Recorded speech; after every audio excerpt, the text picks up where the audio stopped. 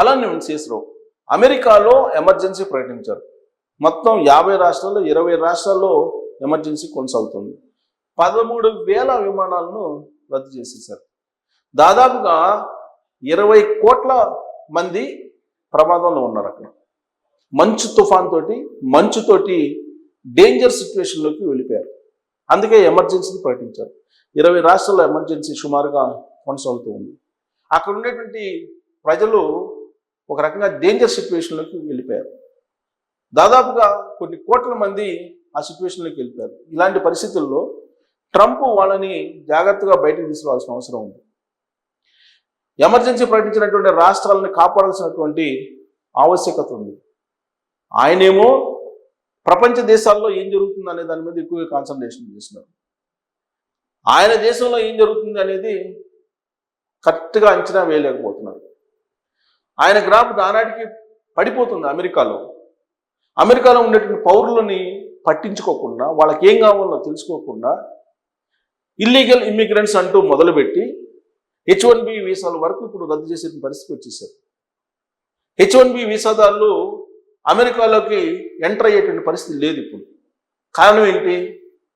H1B visa ఉన్నప్పటికీ కూడా దాన్ని రెన్యువల్ చేయించుకోవడానికి కనుక మీరు విదేశాలకు వెళ్ళిపోతే, అమెరికాని వెళ్ళిపోతే మళ్ళీ తిరిగి రావడానికి 2027 వరకు ఆయా దేశాల్లో ఉన్నటువంటి అమెరికా కాన్సులేట్లు ఇంటర్వ్యూలు ఇవ్వటం లేదు. సపోజ్ ఎవరైనా H1B వీసా ఉన్నటువంటి అతను టెన్యూర్ అయిపోయి దాన్ని రెన్యువల్ చేసుకోవడానికి ఇండియా వచ్చాడు అనుకోండి. ఇండియాలో రెన్యువల్ చేసుకోవడానికి స్లాట్లు దొరకట్లేదు. ఈ స్లాట్లు ఎప్పటి వరకు దొరకట్లేదు అంటే 2027 వరకు. ఇప్పుడు 2026లో ఉన్నాము. 2027 ఏప్రిల్ వరకు అంటే దాదాపు 1.5 సంవత్సరం పాటు మీరు అమెరికాని మర్చిపోవడమే. స్లాట్లు అప్పుడు దొరుకుతాయి అని చెప్తున్నారు. ఎందుకు ఇలా చెప్తున్నారు అంటే ప్రస్తుతం వెట్టింగ్ నడుస్తుంది. అంటే ఏంటి? మీ సోషల్ మీడియా అకౌంట్స్ని సెర్చ్ చేస్తూ ఉన్నారు. వాటిని బట్టి మీరేందో నిర్ధారించుకున్న తర్వాత మీ అకౌంట్స్లో ఉన్నటువంటి పోస్టులు, లేదంటే మీ అభిప్రాయాలు, మీ చాటింగ్లు ఇవన్నీ చూసిన తర్వాత ఒక అభిప్రాయానికి వచ్చి అప్పుడు మీకు 2027 ఏప్రిల్ తర్వాత అమెరికన్ ఎంబసీ ఇంటర్వ్యూకి స్లాట్ ఇస్తుంది. ఆ స్లాట్ ప్రకారం మీరు ఇంటర్వ్యూలో హాజరైతే అప్పుడు మీకు రెన్యువల్ అవుతుంది H1B వీసా. అప్పటి వరకు మీరు ఇండియాలోనే ఉండాలి. H1B వీసా రెన్యువల్కి వచ్చినటువంటి వాళ్ళు ఖచ్చితంగా ఇండియాలోనే ఉండాల్సింది. మీకు స్లాట్లు దొరకవు.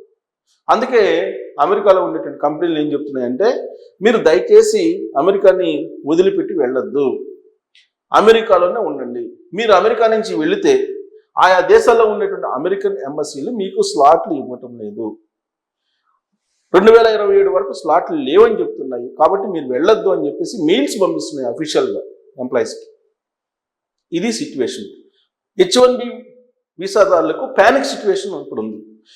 కేవలం H1B కాదు, స్టూడెంట్స్ గత 2 సీజన్స్ నుంచి వెళ్ళలేకపోతున్నారు అమెరికాకి. ప్రస్తుతం అమెరికాలో ఉన్నటువంటి యూనివర్సిటీలు మొత్తం ఖాళీ. దాదాపుగా 70 నుంచి 80% తగ్గిపోయారు అక్కడికి వెళ్ళేటువంటి వాళ్ళు. దీంతో అమెరికాలో ఉన్న యూనివర్సిటీ గగ్గోలు పెడుతున్నాయి స్టూడెంట్స్ లేక. అయినప్పటికీ ట్రంప్ మాత్రం వెట్టింగ్ అని నమ్ముకున్నాడు.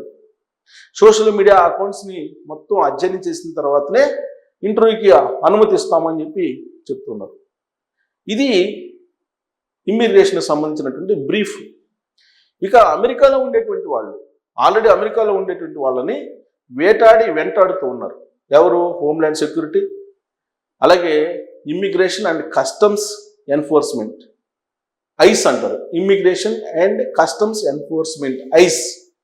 వీళ్ళు అమెరికాలో ఉండేటువంటి వాళ్ళని వెంటాడుతున్నారు. ఎప్పుడు లేని విధంగా ఇళ్లలోకి వెళ్ళి విదేశస్తులు ఎంతమంది ఉన్నారు, వాళ్ళు సరైనటువంటి పత్రాలతోటి ఉన్నారా లేదా అని ఆకస్మికమైనటువంటి తనిఖీలు చేస్తూ ఉన్నారు.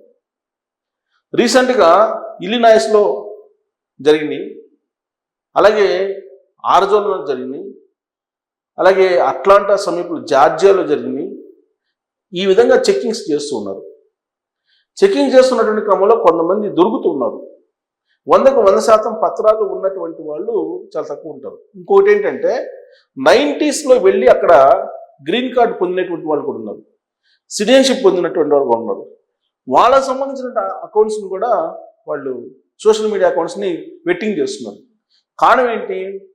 అసలు వాళ్ళు అమెరికాకి వ్యతిరేకంగా ఉన్నారా, అనుకూలంగా ఉన్నారా, లేదా అమెరికాలో ఉంటే వీళ్ళు ఏం చేస్తున్నారు, వాళ్ళు వచ్చినటువంటి జాబ్ చేసుకుంటున్నారా, లేదంటే ఇతర కార్యక్రమాలు చేస్తున్నారా, ఇల్లీగల్ ఇష్యూస్కి పాల్పడుతున్నారా, దీని మీద వెట్టింగ్ జరుగుతుంది సోషల్ మీడియా అకౌంట్స్లో. అక్కడ ఉండేటువంటి వాళ్ళవి కూడా యుద్ధ ప్రాతిపదికన ఆర్టిఫిషియల్ ఇంటెలిజెన్స్ను ఉపయోగించి ఏరివేసేటువంటి కార్యక్రమాన్ని చేపడుతున్నారు అక్కడ.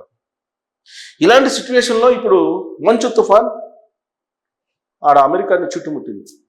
ఈ మంచు తుఫాన్ తోటి 20 రాష్ట్రాలు స్తంభించిపోయాయి, ఎమర్జెన్సీ ప్రకటించారు. ఈ 20 రాష్ట్రాల్లో ఉండేటువంటి వాళ్ళు అడుగు తీసి అడుగు పెట్టడానికి లేదు. వాళ్ళకి సహాయ కార్యక్రమాలు చేయాలి, అందించాలి ప్రభుత్వాలు. అక్కడ ఉన్నటువంటి అమెరికా ప్రభుత్వం చేస్తూ ఉంది. ఇదంతా ఒక ఎత్తు అయితే, విదేశాలతోటి అమెరికా నిలుపుతున్నటువంటి విదేశాంగ విధానం టెర్రరైజ్ చేస్తుంది. ఒక రకంగా చెప్పాలంటే యూరోపియన్ యూనియన్ని దూరంగా పెట్టేస్తుంది. భారతదేశాన్ని ప్రతీకార సుంకాలతోటి గందరగోళం చేస్తుంది. చైనాని అదే పని చేస్తుంది. ఇట్లా రకరకాలుగా అనేక దేశాలతోటి, మిత్ర దేశాలతోటి కూడా శత్రుత్వం పెంచుకునేటువంటి కార్యక్రమం అమెరికా చేస్తూ ఉంది. అంతర్జాతీయంగా ఉండేటువంటి WHO కానీ WTO కానీ ఇలాంటి వాటి నుంచి వైదొలుగుతుంది అమెరికా. మేమే ఎందుకు పెట్టాలి డబ్బులు అనేటువంటి యాంగిల్లో బయటకు వచ్చేస్తుంది. సో కాబట్టి అమెరికా వ్యవహరిస్తున్నటువంటి తీరు ఇంట బయట గందరగోళ పరిస్థితిని నెలకొంది. దానికి కల్లోలంలో ఉంది, కొల్లోలం అవుతుంది అమెరికాలో ఉండే ప్రజలు, అలాగే అమెరికా కారణంగా ప్రపంచం. సో ఇలాంటి పరిస్థితుల్లో భారతదేశానికి మంచి రోజులు వచ్చాయని చెప్పి ప్రధానమంత్రి నరేంద్ర మోడీ గారు చెప్తున్నారు. ఏంటి, ఎందుకు వచ్చాయి? ఉపాధి అవకాశాలు పెరుగుతాయని చెప్పి చెప్తున్నారు నరేంద్ర మోడీ గారు. ఎందుకు పెరుగుతాయని అని చెప్పి చెప్తున్నారు. అమెరికాలో పరిస్థితి ఏంటి అనేది చూద్దాం ఒకసారి. ఇది అమెరికాలో పరిస్థితి. అమెరికాని కప్పేసిన మంచు తుఫాన్, 10,000కు పైగా విమానాల సర్వీసులు రద్దు. అమెరికాను భారీ మంచు తుఫాన్ తాకింది. టెక్సాస్ నుంచి వర్జీనియా వరకు దాదాపు 11 దక్షిణాది రాష్ట్రాల్లో భారీ స్థాయిలో మంచు వర్షంతో పాటు అత్యంత కనిష్ట ఉష్ణోగ్రతలు నమోదవుతున్నాయి. టెక్సాస్, ఒక్లహామాపై పంజాబ్ విసురుతున్న ఈ భీకర మంచు తుఫాన్ కారణంగా పలు రాష్ట్రాల విమాన సర్వీసులకు ఆటంకం కలిగింది. శనివారం 3,300, ఆదివారం దాదాపు 7,000 విమాన సర్వీసులు రద్దయినట్లు అధికారులు వెల్లడించారు. మంచు తుఫాన్ కారణంగా అమెరికాలోని 20 కోట్ల మందికి పైగా ప్రజలు ప్రభావితం కానున్నారు. అవసరమైతే తప్ప ఎవరు బయటికి రావద్దని హెచ్చరికలు జారీ చేశారు.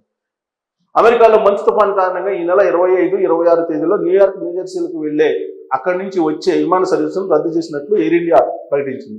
ప్రయాణికులకు ఈ మేరకు అడ్వైజరీ జారీ చేసింది. ముందస్తు టికెట్ కొనుగోలు చేసిన వారికి తమ సిబ్బంది అందుబాటులో ఉంటారని పేర్కొంది. వాతావరణ హెచ్చరికలతో అమెరికాలోని పలు రాష్ట్రాల్లో అప్రమత్తమయ్యాయి.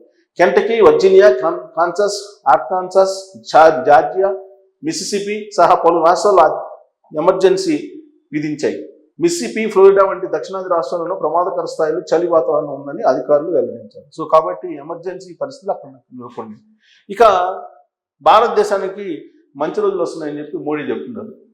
ప్రపంచ దేశాలతో భారత్ కుదుర్చుకుంటున్న వాణిజ్య, వలస విధానాల ఒప్పందాలు కూడా దేశ యువతకు కొత్త అవకాశాలు సృష్టిస్తున్నాయని చెప్పి ప్రధానమంత్రి నరేంద్ర మోడీ తెలిపారు. ప్రపంచంలోనే అత్యధిక సంఖ్యలో యువకులు భారత్లో ఉన్నారని, వారి ఉపాధి అవకాశాల కల్పనకు తమ ప్రభుత్వం పెద్దపీట వేస్తుందని వెల్లడించారు.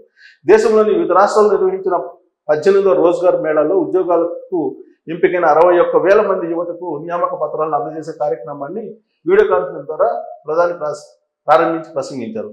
అందుకున్న నియామక పత్రాలను దేశ నిర్మాణం కోసం అందిన ఆహ్వాన పత్రాలుగా, సంకల్ప పత్రాలుగా యువత భావించాలి. మీరంతా తోటి ఉద్యోగులతో కలిసి దేశ రక్షణ, ఆరోగ్యం, విద్య, ఇంధన రంగాలను బలోపేతం చేయాలి. రాజ్యాంగానికి కట్టుబడి బాధ్యతలు నిర్వహించాలి. నైపుణ్యం కలిగిన యువతకు ఉపాధి, ఉద్యోగ అవకాశాలు కల్పించడమే మా సర్కారు లక్ష్యం. ఇందుకోసమే వివిధ రాష్ట్రాల్లో 40 ప్రాంతాల్లో రోజ్గార్ మేళాలను నిర్వహించామని చెప్పి ప్రధాని చెప్పారు. భారత్లో స్టార్టప్లు చాలా బాగా పనిచేస్తున్నాయి. వాటి వల్ల లక్షలాది మంది యువతకు ఉద్యోగాలు ఏర్పడుతున్నాయి. డిజిటల్ ఇండియా మిషన్ వల్ల భారత ఆర్థిక వ్యవస్థ కొత్త రూపాన్ని సంతరించుకుంది. దేశంలో దాదాపు 2 లక్షల రిజిస్టర్డ్ స్టార్టప్లు ఉన్నాయి.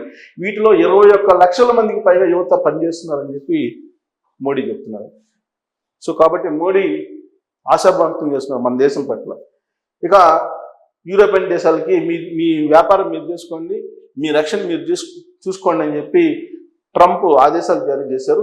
ఇది భారతదేశానికి కలిసి వచ్చేటువంటి అంశంగా దౌత్యవేత్తలు అనేక మంది భావిస్తున్నారు. సో టోటల్గా అమెరికా కల్లోల పరిస్థితుల్లోకి వెళ్ళిపోతుంది. అన్ని రకాలుగా, వాతావరణ పరంగా, ప్రకృతి పరంగా, విదేశాంగ విధానం పరంగా మిత్ర దేశాలతో ఉండేటువంటి పరిస్థితుల పరంగా ఏ కోణంలో నుంచి తీసుకున్నా అమెరికా కల్లోల పరిస్థితుల్లోకి వెళ్ళిపోతుంది అని చెప్పి మొత్తం అంతర్జాతీయ మీడియా, అంతర్జాతీయంగా ఉన్నటువంటి పరిస్థితులను అధ్యయనం చేసినటువంటి వాళ్ళు చెప్తున్నటువంటి మాట. మరి ఈ పరిస్థితుల నుంచి అమెరికా బయటపడుతుందా? యూరోపియన్ యూనియన్ తోటి ఆల్రెడీ ఒప్పందం కూర్చుకునే భారతదేశం సిద్ధమవుతున్న తరుణంలో అమెరికా కల్లోలం నుంచి బయటపడేటువంటి ఛాన్సెస్ ఉన్నాయా అనే దాని మీద మీరు కామెంట్ చేయొచ్చు. Thank you.